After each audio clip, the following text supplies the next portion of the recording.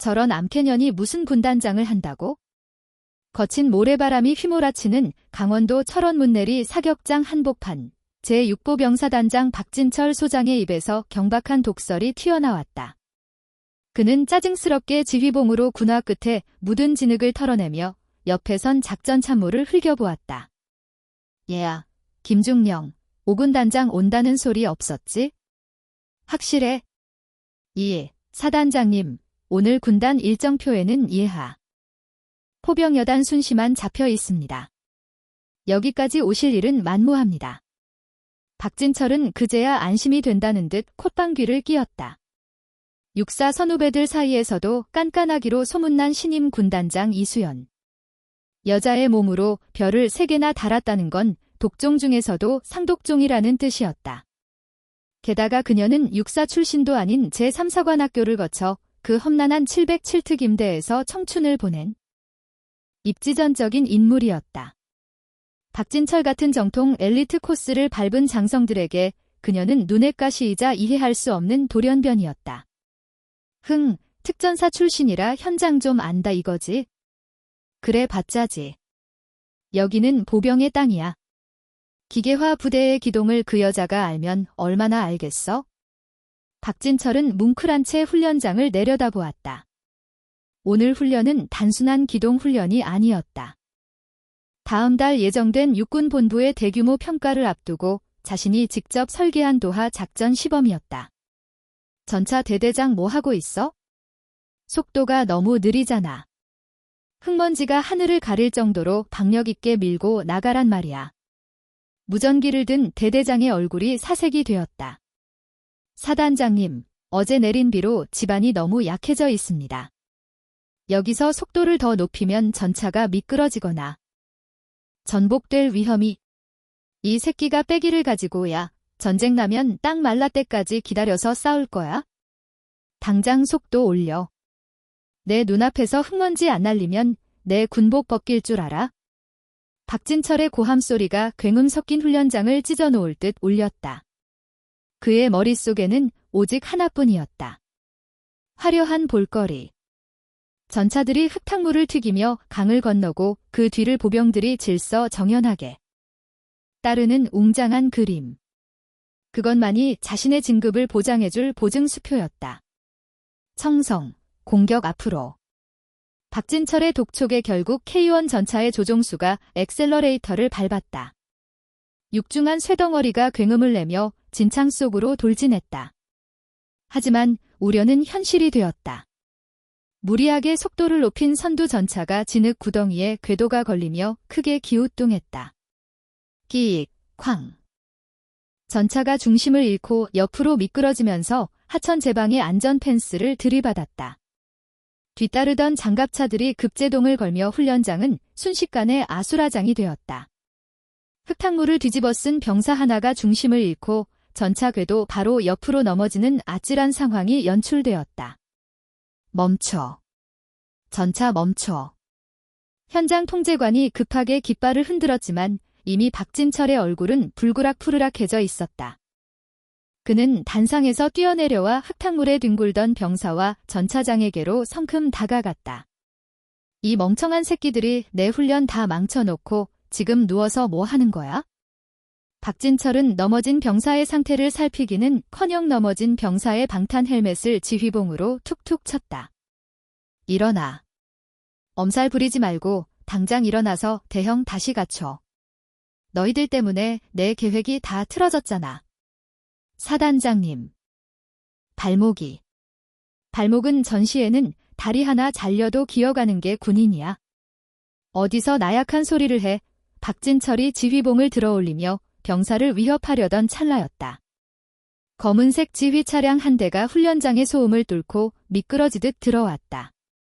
번호판도 성판도 가려진 위장 차량이었다. 하지만 차가 멈추고 문이 열리는 순간 현장의 공기가 차갑게 얼어붙었다. 흙탕물이 튀는 훈련장과는 전혀 어울리지 않는 마치 칼날처럼 잘 다려진 전투복을 입은 여자가 차에서 내렸다. 그녀의 베레모에는 별 3개가 서늘하게 빛나고 있었다. 제5군 단장 이수연 중장이었다. 그녀의 등장은 요란하지 않았다. 수행원도 최소화한 채 그녀는 마치 유령처럼 진창을 밟으며 다가왔다. 707 시절 몸에 밴 은밀한 기동이 40대 중반이 된 지금도 여전했다. 박진철은 지휘봉을 든 손이 허공에 멈춘 채 입을 딱 벌렸다. 군단장님. 주변의 병사들이 황급히 자세를 바로잡고 경례를 올렸다. 청성. 우렁찬 경례 구호 속에서도 이수연의 눈동자는 조금의 흔들림도 없었다. 그녀의 시선은 박진철을 지나쳐 흙바닥에 주저앉아 고통스러워하는 병사의 발목으로 향했다. 그리고 천천히, 아주 천천히 고개를 들어 박진철을 응시했다. 그 눈빛은 먹이를 노리는 맹수의 그것보다 훨씬 더 건조하고 섬뜩했다. 박진철은 본능적으로 등골이 서늘해짐을 느꼈다.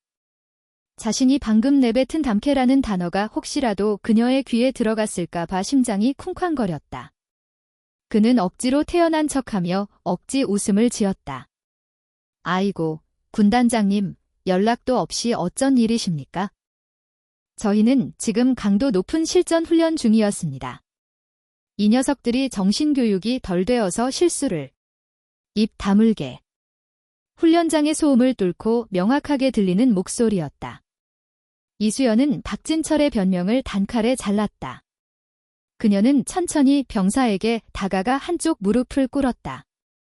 흙탕물이 그녀의 깨끗한 전투복 무릎을 적셨지만 개의치 않았다. 그녀는 능숙한 손길로 병사의 발목을 만져보더니 의무병을 불렀다. 인대 파열이다. 즉시 후송해. 청성. 알겠습니다. 의무병들이 병사를 들것에 실어 사라질 때까지 이수연은 그 자리에서 있었다. 그리고 다시 박진철을 향해 돌아섰다. 그녀가 박진철에게 다가가는 한 걸음 한 걸음마다 주변의 공기가 무겁게 짓눌리는 듯했다. 박진철은 자신보다 계급이 높은 상관임에도 불구하고 속으로는 여전히 그녀를 깔보고 있었다. 운 좋게 별 다른 주제에 현장을 뭘 알겠어라는 오만이 그의 눈빛에 스쳐 지나갔다. 군단장님, 훈련 중에 일어난 사소한 사고입니다. 군 기강을 잡다 보면 이런 일은 비일비재. 사소한 사고. 이수연이 되물었다. 그녀의 입가에 비릿한 미소가 스쳤다. 박 소장, 자네 눈에는 전차 전복이 사소한 사고로 보이나? 이수연은 턱끝으로 진창에 빠진 전차를 가리켰다. 전차 기동의 기본 교리는 신속과 충격력이다. 하지만 그보다 우선되는 건 기동의 확실성이야. 어제 강수량이 80mm가 넘었어. 이 지역 토질은 점토질이라 물을 먹으면 늪처럼 변한다는 건 소위들도 아는 상식이야. 그녀는 천천히 박진철의 코앞까지 다가갔다.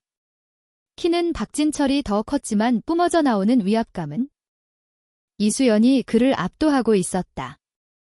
자네는 지금 전술적 판단이 아니라 자네의 그 얄팍한 쇼를 위해 부하들을 사지로 밀어넣었어. 전차가 전복되어 승무원이 수장될 뻔했고 보병은 궤도에 깔릴 뻔했다.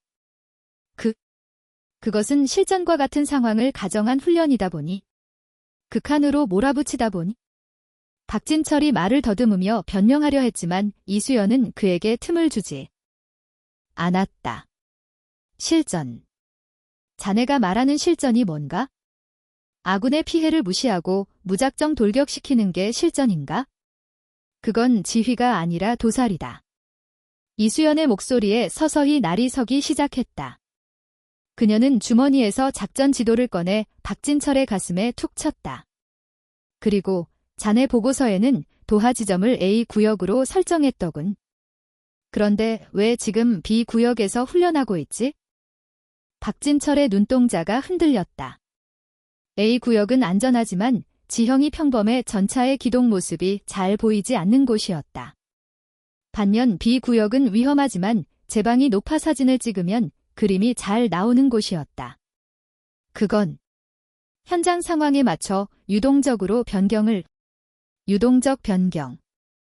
허가도 없이. 이수연은 차갑게 웃었다. 자네가 의전과 사진 찍기에 미쳐서 규정을 어긴 거겠지?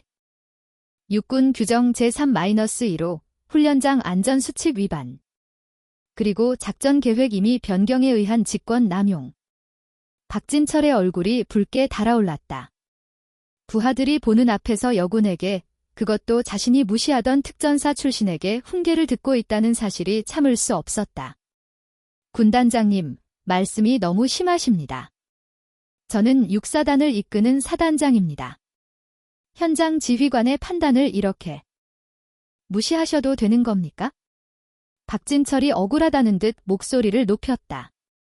주변의 참모들이 숨을 죽였다. 감히 중장에게 대드는 소장의 모습은 하극상에 가까웠다. 하지만 박진철은 믿는 구석이 있었다. 자신의 아버지는 예비역 대장이었고 군내 사조직의 비호를 받고 있었다. 이수연 따위가 자신을 함부로 건드리지 못할 것이라 확신했다. 그 순간이었다. 이수연이 대궐 안에 갇힌 짐승을 보듯 싸늘하게 박진철을 내려다보며 입을 열었다. 판단. 자네는 지금 판단을 한 게 아니야. 도박을 했지? 부하들의 목숨을 판돈으로 걸고. 그녀는 박진철의 어깨에 묻은 흙먼지를 손으로 툭툭 털어주었다. 그 손길은 부드러웠지만 마치 사형 선고를 내리는 집행관의 손길처럼 느껴졌다. 박 소장, 자네 부대 구호가 뭐지? 갑작스러운 질문에 박진철이 멈칫했다. 청성입니다. 그래, 푸른 별예. 그런데 자네 별은 푸르기는커녕 썩은 냄새가 진동을 하는군. 이수연은 뒤로 물러서며 훈련장에 모인 모든 장병들이 들을 수 있도록 목소리를 높였다. 오늘부로 제6보병사단의 모든 훈련은 중지한다. 그리고 박진철 소장, 자네는 지금 이 시간부로 직권 박탈이다. 군단 감찰부가 곧 들이닥칠 테니. 변명거리는 그때 가서 준비해. 뭐라고요? 직권 박탈. 군단장님이 무슨 권한으로? 상관 모독의 명령 불복종까지 추가하고 싶나? 이수연의 눈빛이 형형하게 빛났다. 그것은 책상물림 장교들은 절대 흉내낼 수 없는 사선을 넘나든 자만이 가질 수 있는 살기였다. 승진. 이수연은 간결하게 자신의 부대 경례 구호를 외치고는 뒤도 돌아보지 않고 지휘 차량으로 향했다. 멍하니 서 있던 육사단 참모들과 병사들이 홀린 듯 그녀의 뒷모습을 향해 경례를 붙였다. 청성. 박진철만이 흙탕물 튀는 훈련장에 홀로 남겨졌다. 그의 주먹이 부들부들 떨렸다. 이것은 끝이 아니었다. 이수연이 건드린 것은 단순한 훈련 규정이 아니라 그가 쌓아올린 거대한 카르텔의 뇌관이었다. 차문이 닫히고 이수연은 등받이에 몸을 깊숙이 기대며 작게 중얼거렸다. 시작해. 놈들이 썩은 살을 도려낼 때까지. 그녀의 전쟁은 이제 막 시작되었다. 강원도 철원군 동송읍 제6보병사단 사단장실의 공기는 무겁게 가라앉아 있었다. 창밖으로 보이는 평화로운 철원 평야의 풍경과는 대조적으로 방 안은 금방이라도 폭발할 것 같은 긴장감이 감돌았다. 박진철 소장은 책상 위에 놓인 크리스탈 명패를 집어 던질 듯이 노려보고 있었다. 미친 여자, 감히 나를.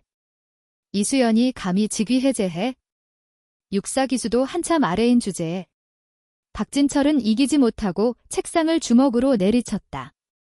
쿵 하는 소리와 함께 값비싼 만년필들이 바닥으로 굴러떨어졌다. 사단장실 구석에 부동자세로 서 있던 작전참모 김중령은 숨소리조차 내지 못하고 있었다.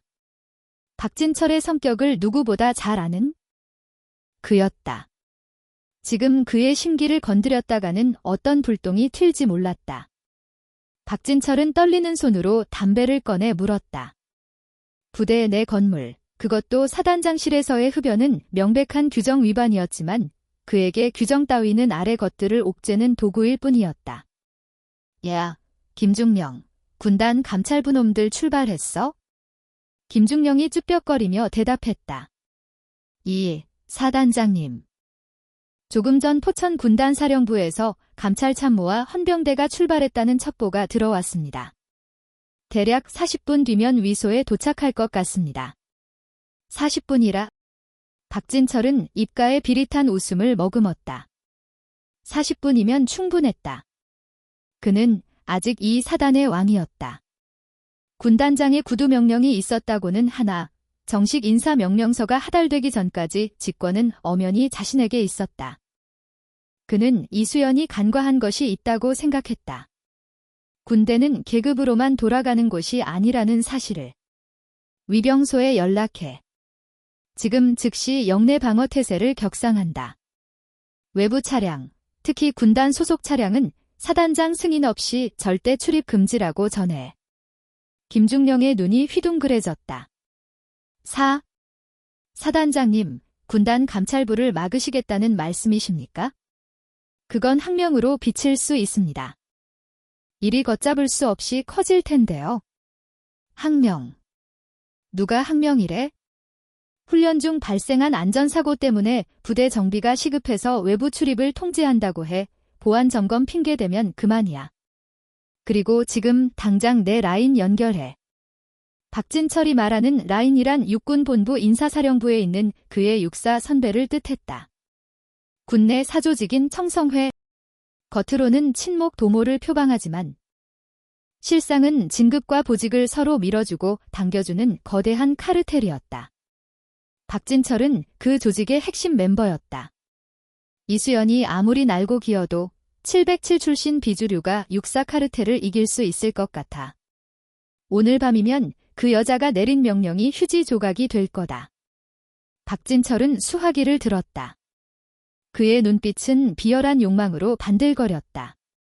한편 경기도 포천시 이동면 제5군단 사령부.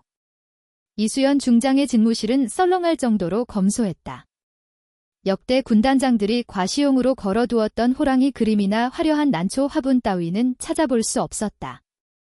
오직 벽면을 가득 채운 거대한 작전 지도와 책상 위에 놓인 두꺼운 서류 뭉치만이 이곳이 야전 사령관의 방임을 증명하고 있었다. 이수연은 창가에 서서 멀리 보이는 백운산 자락을 응시하고 있었다. 그녀의 등 뒤로 묵직한 군화 발소리가 다가왔다. 군단장님, 사단 상황이 심상치 않습니다. 보고를 올린 사람은 군단 정보참모 강민호 대령이었다. 그는 이수연이 특전사령부 작전처장으로 있을 때부터 손발을 맞춘 최측근으로 누구보다 그녀의 뜻을 잘 파악하는 인물이었다. 이수연은 천천히 몸을 돌렸다. 박진철이가 문을 걸어 잠갔군. 그녀의 목소리에는 놀란 기색이 전혀 없었다. 오히려 예상했다는 듯 덤덤했다. 네, 육사단 위병소에 바리케이드가 추가로 설치되었고 위병소 근무자들이 완전 무장 상태로 증원되었습니다. 감찰부 차량 진입을 거부하겠다는 의사가 명백합니다. 명분은 훈련 사고 수습 및 보안 점검입니다. 보안 점검이라 도둑이 제 발 저리는 꼴이군. 이수연은 책상으로 다가가 서류 하나를 집어들었다. 그것은 지난 1년간 육사단의 유류 및 부식 수령 내역이 담긴 군수 보고서였다. 강대령, 자네가 보기엔 박 소장이 왜 저렇게 무리하게 저항한다고 생각하나? 단지 자존심 때문에? 단순한 자존심 문제는 아닐 겁니다. 감찰부가 들어가면 훈련 규정 위반뿐만 아니라 다른 치부까지 드러날까 봐 두려운 거겠죠. 박진철 소장 부임 이후 육사단 복지회관 수익금과 훈련 예산 집행 내역이 투명하지 않다는 소문이 파다했습니다. 이수연은 차갑게 고개를 끄덕였다. 그녀가 오늘 훈련장을 급습한 것은 우연이 아니었다. 지난달 군단장으로 부임하자마자 그녀의 책상 위에 익명의 투서가 한 통 올라와 있었다. 육사단 장병들이 정량보다 부족한 식사를 하고 있으며 겨울철 난방용 유류가 턱없이 모자란다는 내용이었다. 농민 군인을 연기하는 장사치야. 부하들의 피와 땀을 팔아 자신의 벼를 닦는 역겨운 인간이지. 이수연의 눈빛이 매섭게 빛났다. 그녀는 박진철이 단순히 무능한 지휘관이기를 바랐었다.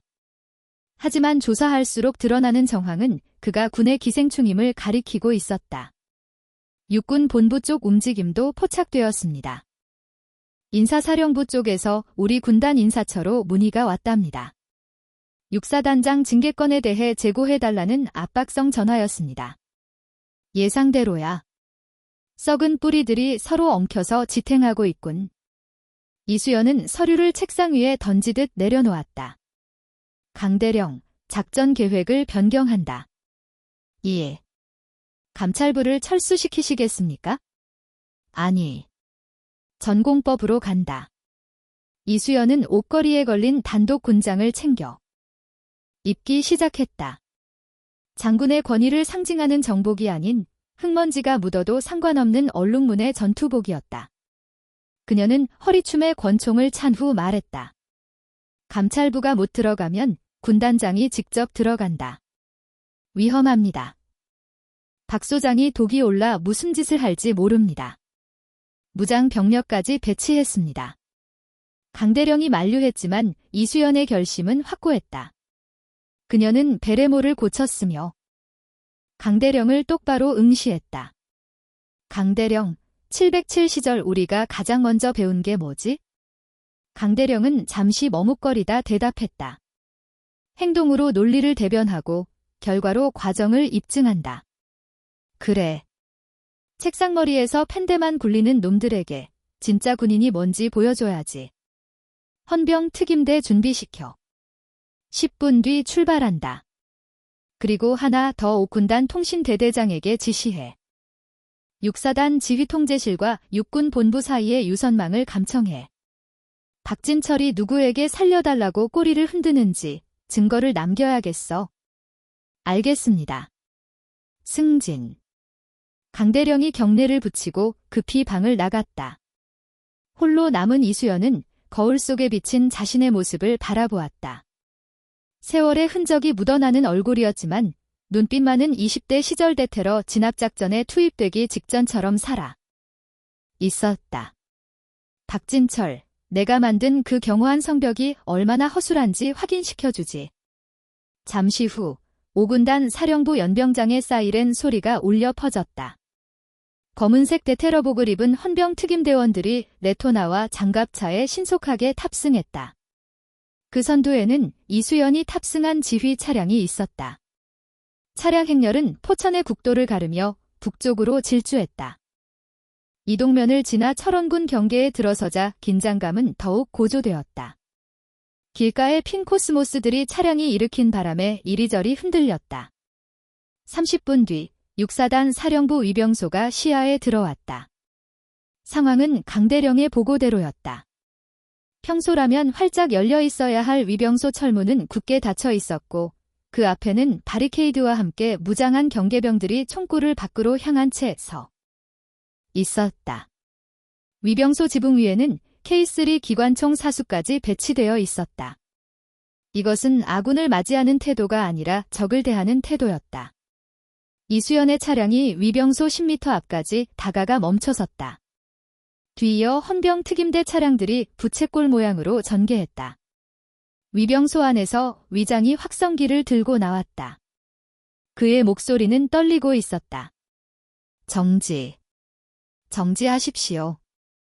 현재 부대 정비 및 보안 점검 중으로 외부 차량의 출입을 전면 통제하고 있습니다. 돌아가 주십시오. 이수연은 운전병에게 시동을 끄지 말라는 신호를 보낸 뒤 천천히 차문을 열고 내렸다. 그녀가 내리자 헌병 특임대원들도 일제히 하차하여 사주 경계 자세를 취했다.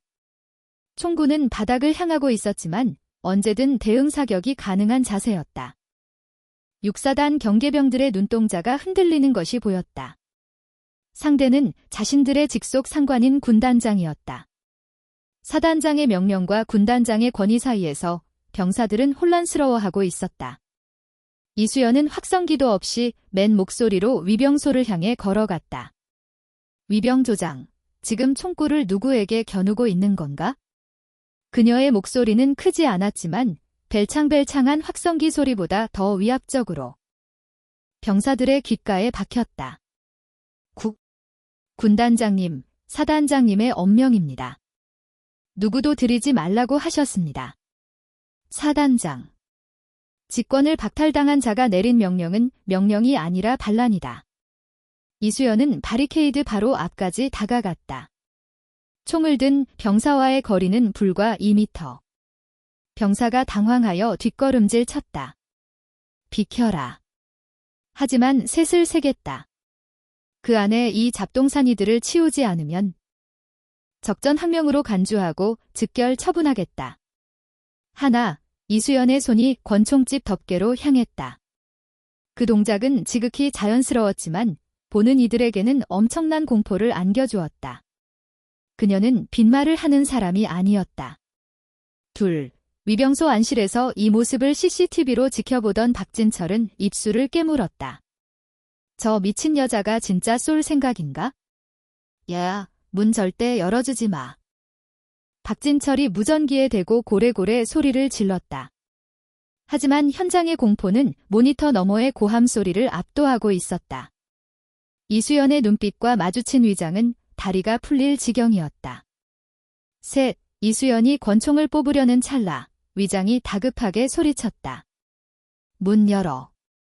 당장 열어. 바리케이드 치워. 조장님, 사단장님이 얘야, 이 새끼야. 군단장님이시잖아. 다 죽고 싶어. 빨리 치워. 병사들이 허둥지둥 바리케이드를 걷어내고 철문을 열었다. 이수연은 권총집에서 손을 떼고는 창백해진 위병조장의 어깨를 툭 쳤다. 현명한 판단이었다. 병사들에겐 죄가 없지? 이수연은 다시 차에 올랐다. 사단 본청으로 간다. 열린 철문 사이로 5군단 차량 행렬이 들이닥쳤다. 그것은 마치 육사단이라는 거대한 환부의 메스를 드리는 집도이의 손길처럼 거침. 없었다. 같은 시각, 사단장실. 박진철은 CCTV 화면을 보며 털썩 주저앉았다. 손에 쥐고 있던 무전기가 바닥으로 떨어졌다. 뚫렸습니다. 김중령이 사색이 되어 말했다. 박진철의 얼굴이 일그러졌다. 그는 자신의 마지막 카드를 써야 할 때가 왔음을 직감했다. 인사료 다 태워. 예. 뒷돈 받은 내역, 참명 계좌 장부, 훈련 일지 조작한 것 싹 다 소각하라고. 지금 당장. 박진철은 악을 썼다. 하지만 그는 몰랐다. 5군단 정보처 요원들이 이미 어젯밤 육사단 전산망에 침투하여 모든 데이터를 백업해 두었다는 사실을. 그리고 이수연이 지금 향하는 곳은 사단장실이 아니라 그가 숨기고 싶어하는 비밀 창고가 있는 보급 수송대대라는 것. 이수연의 차 안에서 무전이 울렸다. 군단장님. 여기는 정보참모. 육사단장실에서 문서 파기 징후가 포착되었습니다. 이수연은 차가운 미소를 지었다. 예상대로군. 쥐새끼가 굴을 파는 동안 우리는 곡간을 털고 있지? 보급대 대장 구속해. 박진철이 빼돌린 군수품이 어디로 흘러갔는지 그자가 알고 있을 테니까. 차창 밖으로 육사단 본청 건물이 스쳐 지나갔다. 이수연의 시선은 건물 꼭대기층 사단장실 창문을 향해 잠시 머물렀다. 박진철, 아직 놀라긴 일러. 내가 입고 있는 그 군복이 얼마나 더러운지 세상에 낱낱이 까발려줄 테니. 차가운 가을바람이 철원의 벌판을 휩쓸고 지나갔다. 진짜 전쟁은 이제부터였다. 육탄전보다 더 치열하고 총격전보다 더 살벌한 수싸움이 시작되고 있었다. 육사단 본청을 지나쳐 더 깊숙한 곳으로 향하는 5군단 차량 행렬의 목적지는 보급 수송대대였다. 이곳은 사단의 혈관이라 불리는 곳이다. 전차를 움직일 기름, 병사들이 먹을 쌀, 겨울을 날 난방유가 모두 이곳을 거쳐간다. 그만큼 비리가 싹 틔우기 가장 좋은 습한 음지이기도 했다. 이수연 중장이 탄 지휘 차량이 보급 수송대 연병장에 멈춰섰다. 미리 연락을 받지 못한 대대장 최영 중령이 러닝셔츠 바람에 급하게 전투복 상의만 걸친 채 뛰어나왔다. 뱃살이 출렁거리는 그의 모습은 군인이라기보다 배부른 상인에 가까웠다. 충성. 아니, 청성. 군단장님, 여긴 어쩐 일이십니까? 방문 예정에 없으셨던 걸로.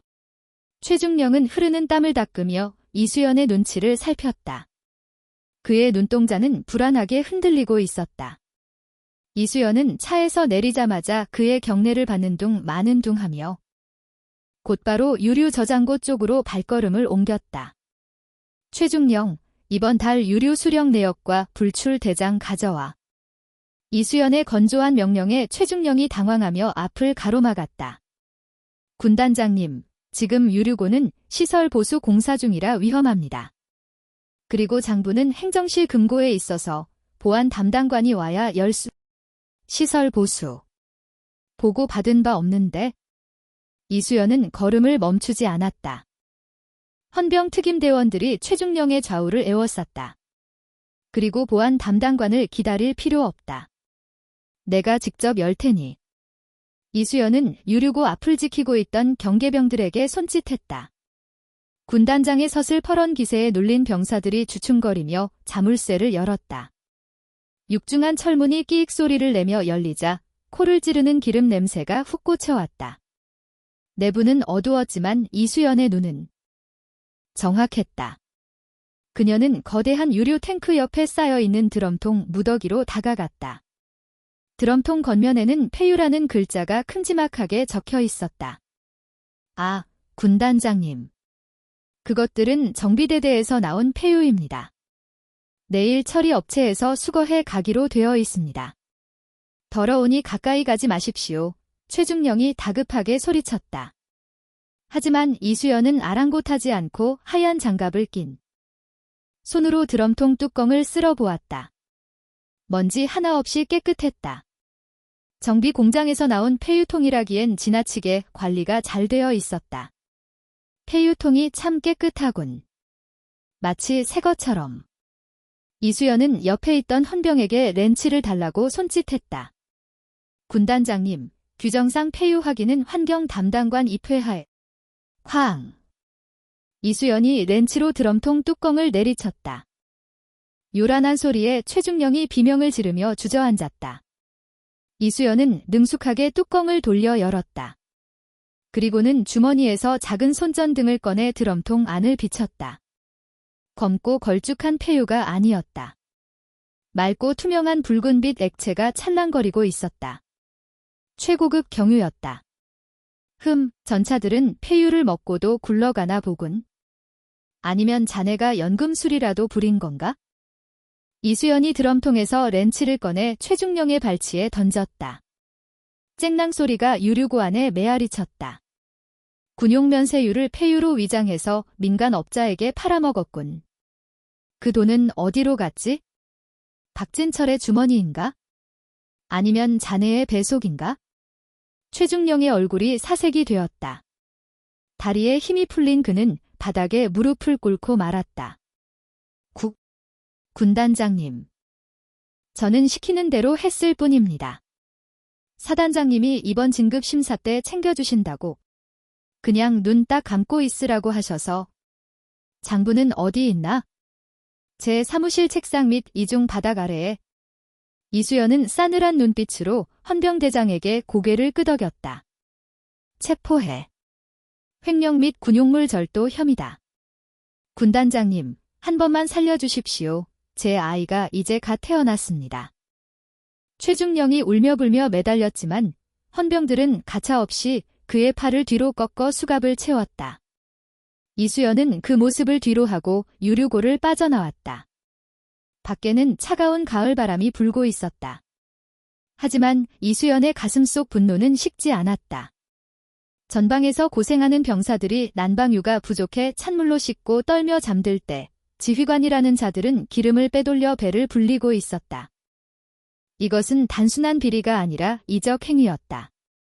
잠시 후 정보참모 강대령이 두툼한 서류 뭉치를 들고 뛰어왔다. 최중령이 자백한 이중 바닥에서 찾아낸 진짜 장부였다. 찾았습니다. 예상보다 규모가 큽니다. 지난 2년간 빼돌린 유류만 수억 원에 치고 부식비 횡령까지 합치면 10억 대가 넘습니다. 그리고 여기 강대령이 장부의 마지막 장을 펼쳐 보였다. 거기에는 매달 박진철 소장의 참명 계좌로 송금된 내역이 꼼꼼하게 기록되어 있었다. 확실한 증거군. 이걸로 박진철의 목줄은 끊어졌다. 이수연은 장부를 받아들고 하늘을 올려다 보았다. 철원의 맑은 하늘 위로 독수리 한 마리가 날고 있었다. 그녀는 이제 마지막 사냥을 끝내러 가야 했다. 사냥감은 가장 높은 곳, 사단장실에 웅크리고 있었다. 가자. 본청으로. 차량 행렬이 다시 움직였다. 이번에는 멈춤 없이, 거침없이 사단 본청 현관 앞까지 돌진했다. 본청 앞을 지키던 위병들은 이미 상황이 끝났음을 직감하고 길을 터주었다. 이수연이 현관에 들어서자 로비에 있던 참모들이 얼어붙은 듯 멈춰섰다. 그녀의 군화 소리가 또각또각 대리석 바닥을 울렸다. 군단장님, 사단장님께서는 지금 외부와 통화 중이십니다. 잠시 대기실에서 박진철의 비서실장이 앞을 막아섰지만 강대령이 어깨로 그를 밀어냈다. 이수연은 비서실장을 쳐다보지도 않고 사단장실 문 앞에 섰다. 안에서는 박진철의 고함 소리가 들려오고 있었다. 아니, 선배님, 제가 뇌물을 먹다니요. 그 여자가 절 모함하는 겁니다. 인사사령관님께 말씀 좀 잘 드려주십시오. 네, 증거요? 증거가 어디 있습니까? 이수연은 손에 든 장부를 말아 쥐었다. 그리고 예의를 갖춰 노크하는 대신 군화발로 육중한 참나무문을 걷어찼다. 쾅! 경첩이 뜯겨 나갈 듯한 소리와 함께 문이 활짝 열렸다. 수화기를 들고 있던 박진철이 화들짝 놀라 튀어올랐다. 전화 끊어. 이수연이 방 안으로 걸어 들어갔다. 그녀의 뒤로 무장한 헌병들이 도열했다. 박진철은 수화기를 내려놓지 못한 채 멍하니 이수연을 바라보았다. 너 감히. 여기가 어디라고? 어디긴 범죄자의 소굴이지. 이수연은 최중령에게서 압수한 장부를 박진철의 책상 위에 던졌다. 장부가 미끄러지며 박진철의 명패를 쳐서 넘어뜨렸다. 자네가 찾으라던 증거, 여기 가져왔다. 보급대 대장 최중령이 아주 친절하게도 자네 목까지 꼼꼼하게 적어뒀더군. 박진철의 시선이 장부에 꽂혔다. 그의 얼굴에서 피기가 완전히 사라졌다. 수화기 너머에서는 여보세요? 박 소장, 무슨 일이야? 하는 다급한 목소리가 들려오고 있었지만 박진철의 귀에는 아무것도 들리지 않았다. 끝났다, 박진철. 이수연의 선고가 사단장실의 정적을 갈랐다. 박진철은 떨리는 손으로 책상 위에 장부를 집어들었다가 이내 바닥으로 내동댕이 쳤다. 벼랑 끝에 몰린 쥐가 고양이를 무는 법이다. 그는 마지막 발악을 하듯 핏발선 눈으로 이수연을 노려보았다. 이건 조작이야. 내가 심어놓은 프락치가 만든 가짜 장부라고. 내가 누군지 알아? 내 아버지가 누군지 아냐고. 감히 근본도 없는 삼사관 출신 주제에 육사 출신을 건드려? 박진철은 자신의 가장 강력한 무기라 믿었던 배경과 출신을 들먹였다. 그것은 그가 평생을 살아오며 쌓아온 자부심이자 동시에 그를 좀먹은 오만의 근원이었다. 이수연은 코웃음을 쳤다. 근본. 그래. 자네가 말하는 그 대단한 근본이 고작 병사들 밥대를 먹고 기름 팔아먹는 건가? 자네 아버지 얼굴에 먹칠을 해도 유분수지.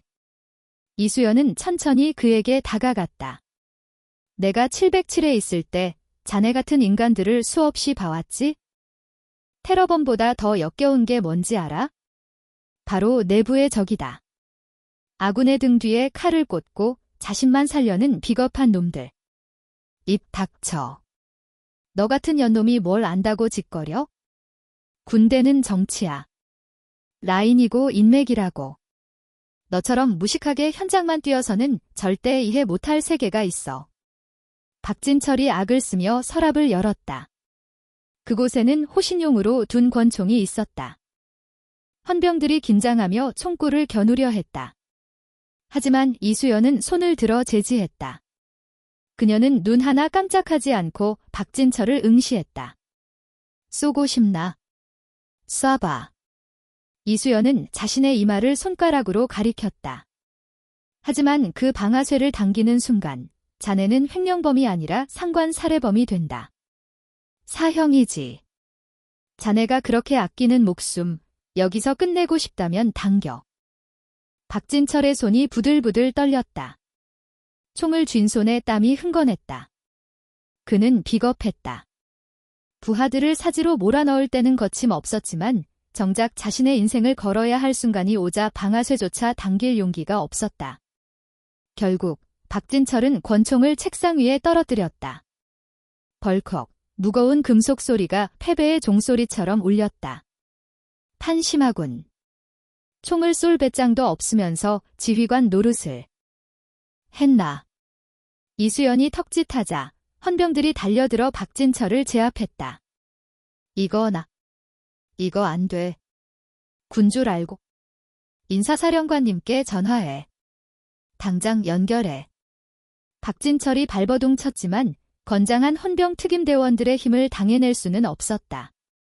그의 양팔이 뒤로 꺾이고 은색 수갑이 채워졌다. 어깨에 달려있던 두 개의 별, 소장 계급장이 초라하게 구겨졌다. 그때 사단장실 문 밖에서 웅성거리는 소리가 들렸다. 소식을 듣고 달려온 육사단 참모들과 예하 지휘관들이었다. 그들은 수갑을 찬 채 끌려 나오는 사단장의 모습을 보고 경악을 금치 못했다. 박진철은 부하들을 보자 다시 기세가 살아난 듯 고래고래 소리쳤다. 뭐 하고 있어? 군단장이 난동을 부리고 있다. 당장 저 여자 끌어내. 하지만 아무도 움직이지 않았다. 참모들은 고개를 숙이거나 시선을 피했다. 그들도 알고 있었다. 박진철의 폭정과 비리를. 다만 보복이 두려워 침묵했을 뿐이었다. 이제 그 두려움의 대상이 무너지는 것을 보자 그들은 본능적으로 줄을 갈아타고 있었다. 이수연은 헌병들에게 잠시 멈추라는 신호를 보냈다. 그리고 모여있는 육사단 장교들을 향해 섰다. 똑똑히 봐라. 그녀의 목소리가 복도에 울려 퍼졌다. 이것이 부하를 도구로 알고 군대를 사유물로 여긴 자의 말로다. 지휘관의 권위는 계급장이 아니라 부하를 위한 헌신과 책임에서 나온다. 그 기본을 망각한 자는 더 이상 군인이 아니다. 이수연은 시선을 돌려 박진철을 바라보았다. 박진철 소장, 자네는 군사재판에 회부될 것이다. 횡령, 직권 남용. 그리고 오늘 훈련장에서 보여준 미필적 고의에 의한 살인 미수 혐의까지. 제값을 톡톡히 치르게 될 거야. 두고 봐, 이수연. 내가 가만히 있을 것 같아. 내 뒤에 누가 있는지. 박진철이 도끼 눈을 품고 중얼거렸지만 이수연은 그에게 더 이상 관심을 주지 않았다. 끌고 가 헌병들이 박진철을 질질 끌고 나갔다. 복도 끝으로 사라지는 그의 뒷모습은 더 이상 위풍당당한 장군이 아닌 출애굴한 범죄자에 불과했다. 사단장실에는 다시 정적이 찾아왔다. 엉망이 된 책상과 바닥에 뒹굴른 서류들만이 방금 전의 소동을 증명하고 있었다. 이수연은 깊은 한숨을 내쉬었다. 승리의 쾌감보다는 씁쓸함이 앞섰다.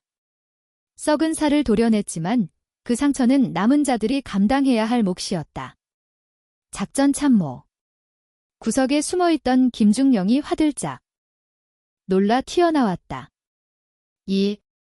육사단 작전 참모 중령. 자네도 조사받게 될 거야. 하지만 그 전에 할 일이 있다. 이수연은 창밖을 가리쳤다. 연병장에는 영문도 모른 채 대기하고 있는 병사들이 보였다. 즉시 전 부대에 상황 전파해. 모든 훈련은 중지하고 부대 정비에 들어간다. 그리고 오늘 저녁 전 장병에게 특식을 제공해. 메뉴는 삼겹살이다. 예산은? 이수연은 바닥에 떨어진 박진철의 몽블랑 만년필을 밟으며 말했다. 군단장 판공비로 지원한다. 부족하면 내 월급이라도 털 테니 배불리게 먹여. 알겠나? 아, 알겠습니다. 승진. 김중령의 목소리에 처음으로 진심 어린 존경이 담겼다. 이수연은 모자를 고쳐 쓰고 사단장실을 나섰다. 복도를 걸어 나오는 그녀의 등 뒤로 오후의 햇살이 길게 비쳤다. 그녀는 알고 있었다. 이것은 끝이 아니라 시작이라는 것을. 박진철 하나를 잡아넣었다고 군의 모든 부조리가 사라지지는 않을 것이다. 하지만 적어도 오늘 이 철원의 땅에서만큼은 정의가 살아있음을 증명했다. 건물 밖으로 나오자 차가운 공기가 폐부 깊숙이 들어왔다. 이수연은 하늘을 올려다 보았다.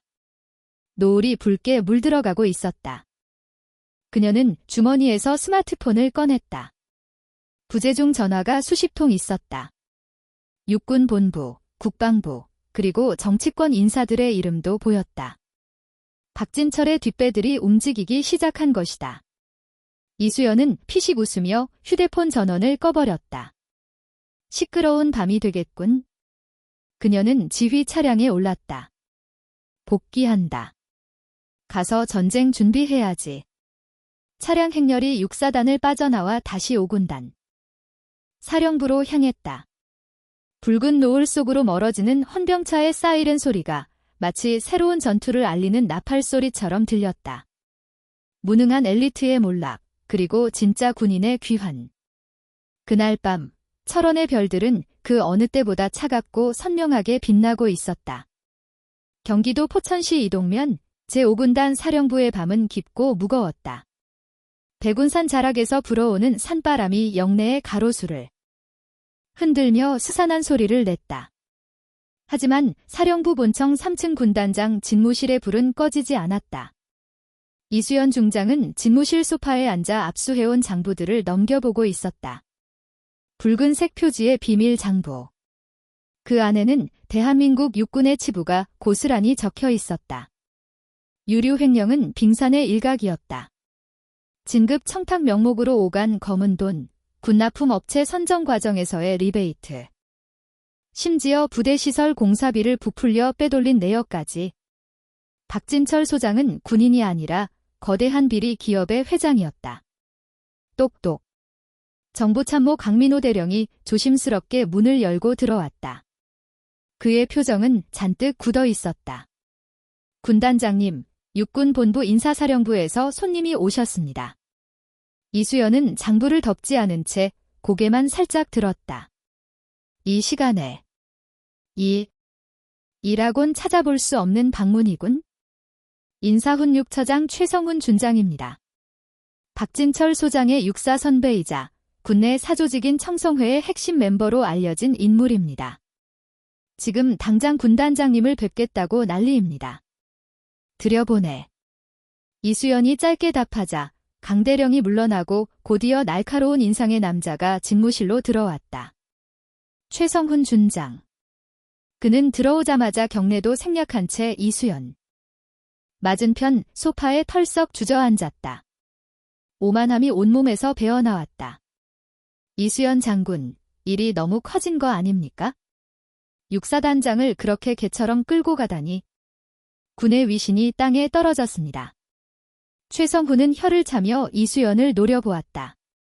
그는 이수연이 삼사관학교 출신의 여군이라는 점을 들어 항상 무시해 오던 인물이었다. 이수연은 천천히 차잔을 들어 입에 가져갔다. 향긋한 녹차 향이 코끝을 스쳤다. 그녀는 차를 한 모금 마신 뒤에야 최성훈을 바라보았다. 위신. 도둑놈을 잡는 게 위신이 떨어지는 일인가, 최 준장. 말씀 조심하십시오. 박 소장은 아직 혐의가 입증되지 않은 장성입니다. 그리고 이런 식의 감찰은 절차 위반입니다. 군단장이 직접 사단장을 체포해 전례가 없는 일입니다. 최성훈이 목소리를 높였다. 그는 자신의 목소리가 크면 이수연이 위축될 것이라 착각하고 있었다. 전례는 만들면 되는 거야? 그리고 절차.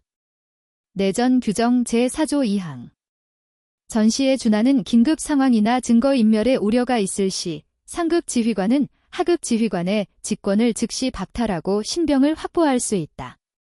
육사단장이 부하들을 사지로 몰아넣은 건 평시가 아니라 전시 상황이나 다름없는 위기였어. 이수연의 논리 정연한 반박에 최성훈의 말문이 막혔다. 그는 헛기침을 하며 자세를 고쳐 앉았다. 전략을 바꾸기로 한 모양이었다. 좋습니다. 100번 양보해서 박 소장의 지휘 실수가 있었다고 칩시다.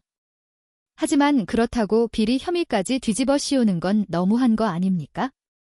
박 소장 집안이 어떤 집안인지 아시지 않습니까? 아버님이 예비역 대장이십니다. 그분이 움직이시면 이 장군도 무사하지 못할 겁니다. 노골적인 협박이었다. 하지만 이수연의 표정은 미동도 없었다. 그래서요. 아버지가 대장이면 아들이 도둑질을 해도 용서가 되나? 대한민국 육군이 언제부터 세습 왕조가 되었지? 이수연은 탁자 위에 놓인 붉은 장부를 툭 쳤다. 최준장, 자네가 왜 이 밤중에 여기까지 달려왔는지 알겠군. 박진철이 걱정돼서가 아니야? 이 장부 안에 자네 이름이 있을까 봐. 그게 두려워서 온 거겠지? 최성훈의 눈동자가 흔들렸다. 정곡을 찔린 것이다. 박진철은 평소 선배들에게 뇌물을 상납하며 자신의 라인을 관리해왔다. 그 명단이 이수연의 손에 들어갔다면 박진철 하나가 죽는 것으로 끝나지 않는다. 줄줄이 엮여 들어갈 것이 뻔했다. 그게 무슨 억측입니까? 저는 단지 후배를 아끼는 마음에서. 아끼는 마음이라. 그렇다면 잘 됐군. 박진철이 횡령한 돈으로 산 골프채 세트. 자네 집에도 하나 있지 않나? 이수연의 말이 떨어지자마자 최성훈의 얼굴이 핏빛으로 변했다. 지난달 박진철이 최고급 일본산 골프채를 선물로 보냈던 기억이 떠올랐기 때문이다. 그녀는 이미 모든 것을 알고 있었다. 선택해, 최준장. 지금 조용히 나가서 내일 아침 자진 출석해서 조사를 받겠나? 아니면 여기서 박진철과 나란히 유치장에 같이 있겠나? 이수연의 눈빛은 서리발처럼 차가웠다. 최성훈은 입술을 깨물었다. 여기서 더 버텼다가는 정말로 체포될 수도 있었다. 이 여자는 빈말을 할 사람이 아니었다. 두고 봅시다. 이수연 장군. 이 독단과 아집이 결국 당신의 목을 조르게 될 겁니다. 육군본부가 가만히 있지 않을 겁니다. 최성훈은 분을 사귀지 못한 채 자리에서 일어났다.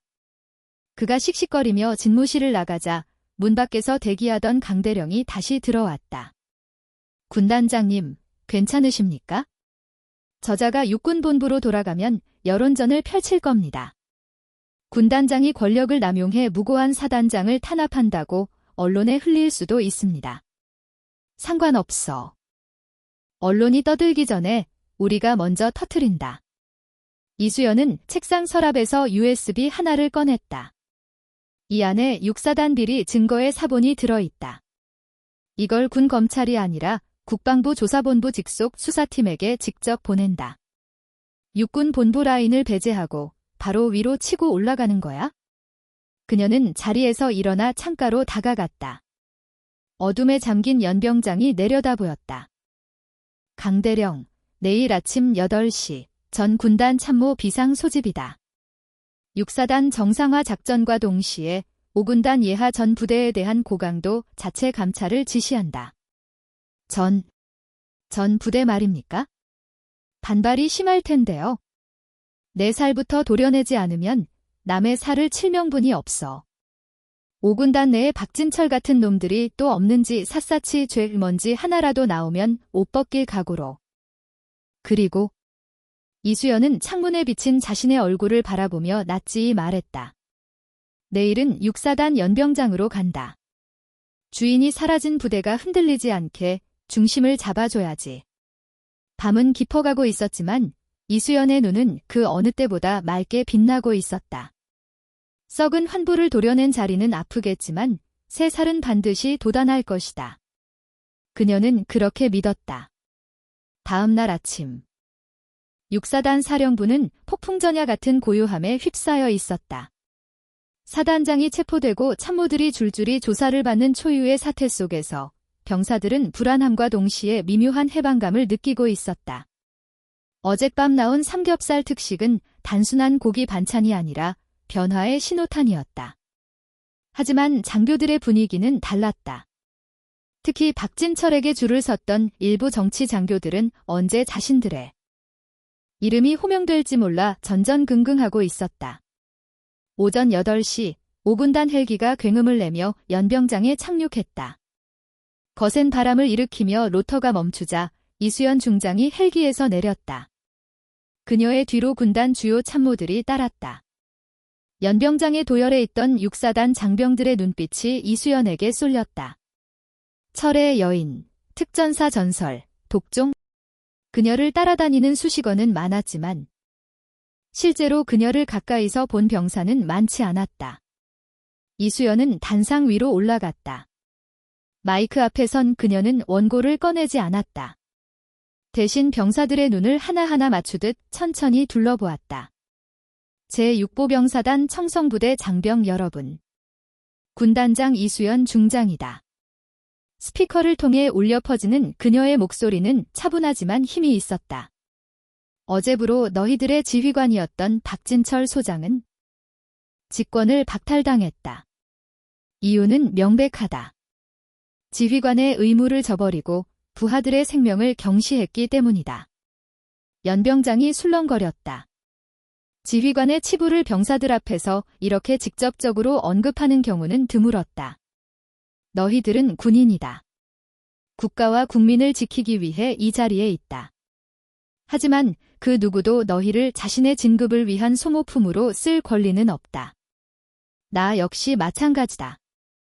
이수연은 잠시 말을 멈추고 숨을 고른 뒤 더욱 단호한 어조로 이어갔다. 오늘부터 육사단의 모든 보여주기식 훈련, 의전 행사는 전면 폐지한다. 청소 상태 점검한다고 밤새 막사 청소 돌리는 짓, 사단장 온다고 잡초 뽑는 짓, 다 집어치워. 병사들 사이에서 작은 환호성이 터져나오려다 헌병들의 눈치를 보며 잦아들었다. 우리는 전투를 준비한다. 잘 깎인 군화보다 흙 묻은 전투화가 더 명예롭다는 걸 기억해라. 너희가 흘려야 할 땀은 연병장이 아니라 훈련장에 있다. 이상, 승진, 청성. 병사들의 경례 소리가 그 어느 때보다 우렁찼다. 그것은 강요된 외침이 아니라 가슴속에서 우러나온 함성이었다. 이수연이 단상을 내려오려 할 때였다. 육사단 본청 쪽에서 검은색 세단 세대가 급하게 들어왔다. 육군 수사단 소속 차량이었다. 차에서 내린 사람들은 말끔한 정장을 입은 군 수사관들이었다. 그들의 선두에는 중앙수사단장인 김철수 준장이 서 있었다. 김철수 준장은 이수연에게 다가와 건성으로 경례를 붙였다. 군단장님, 중앙수사단장 김철수 준장입니다. 육군 참모총장님의 명을 받아왔습니다. 이수연의 눈썹이 꿈틀했다. 중앙수사단이 직접 움직였다는 건 육군 본부 차원에서 이 사건을 통제하겠다는 뜻이었다. 무슨 일이지? 박진철 소장 관련 사건 일체를 저희 중앙수사단으로 이첩하라는 지시입니다. 박 소장의 신병과 압수하신 증거물, 특히 장부 원본을 지금 즉시 인계해 주십시오. 이수연은 팔짱을 끼고 김준장을 내려다보았다. 내가 거부한다면? 총장님의 명령입니다. 항명하시겠습니까? 그리고 군단 헌병대 수준으로는 이런 대형 사건을 감당하기 어렵습니다. 공정한 수사를 위해 상급부대에서 맡는 게 맞습니다. 공정한 수사라. 이수연은 코웃음을 쳤다. 저들이 가져가면 장부는 분실될 것이고 박진철은 솜방망이 처벌을 받고 풀려날 것이 뻔했다. 그리고 사건은 개인의 일탈로 축소되어 꼬리 자르기로 끝날 것이다. 공정. 자네들이 말하는 공정이란 게 제 꼬리 감싸기인가? 말씀이 지나치십니다. 김준장의 얼굴이 붉어졌다. 박진철의 신병은 넘겨주지. 하지만 장부 원본은 못 준다. 그게 무슨 말씀입니까? 증거물도 당연히 인계하셔야. 이 사건은 단순한 개인 비리가 아니야? 5군단 작전 계획과 연계된 군수 물자 부족 사태를 초래한 이적 행위다. 따라서 5군단의 전투 준비 태세와 직결된 문제이므로 1차 조사는 우리 군단에서 마무리한다. 그게 내 판단이다. 이수연은 한치도 물러섬이 없었다. 그녀는 전투 준비 태세라는 명분을 내세워 수사단의 관할권 주장을 막아버렸다. 군대에서 작전과 관련된 사항은 그 어떤 행정 절차보다 우선한다. 이수연은 그 점을 파고든 것이다. 군단장님, 이건 억지입니다. 억지라고 생각하면 정식으로 작전 명령서에 의해 제기해. 단, 그 사이에 증거가 인멸되거나 훼손될 우려가 있으니 장부 원본은 우리 군단 지하 벙커 금고에 보관한다. 열쇠는 내가 관리한다. 이수연은 김준장에게 한 걸음 다가갔다. 가져가고 싶으면 탱크라도 몰고 와서 뺏어가 보든가? 김준장은 입술을 파르르 떨었다. 707 출신의 야전 군단장이 이렇게까지 막무가내로 나올 줄은 몰랐다. 그는 주변에 깔린 5군단 헌병 특임대원들의 살벌한 눈빛을 보고는 힘으로는 안 되겠다는 것을 깨달았다. 좋습니다. 신병만 먼저 인수하겠습니다. 하지만 장부 문제에 대해서는 국방부 장관님께 직접 보고 드릴 겁니다. 그때는 군단장님도 책임지셔야 할 겁니다. 언제든 환영하지. 하지만 보고 드릴 때 내 말도 꼭 전해. 이수연은 김준장의 귓가에 대고 낮게 속삭였다. 그 장부 사본 이미 내 보험으로 아주 안전한 곳에 보내놨다고. 나를 건드리면 대한민국 육군 별들의 절반은 떨어질 거라고 말이야. 김준장의 눈이 공포로 확장되었다. 그녀는 이미 판을 다 짜놓고 그들을 기다리고 있었다. 수사단이 박진철을 태우고 떠나는 모습을 보며 이수연은 강대령에게 물었다. 강대령. 언론사 접촉은 준비됐나? 내의 군사 전문 기자들에게 엠바고를 걸고 자료 일부를 넘겼습니다. 육군 본부가 사건을 축소하려는 움직임이 보이면 바로 터뜨리기로 합의했습니다. 좋아. 이제 그들은 진퇴양난에 빠졌어. 이수연은 하늘을 올려다 보았다. 먹구름이 걷히고 햇살이 비치고 있었다. 하지만 그녀는 알고 있었다. 박진철을 잡은 건 시작에 불과하다는 것을. 이제부터는 보이지 않는 거대한 벽과의 싸움이 될 것이다.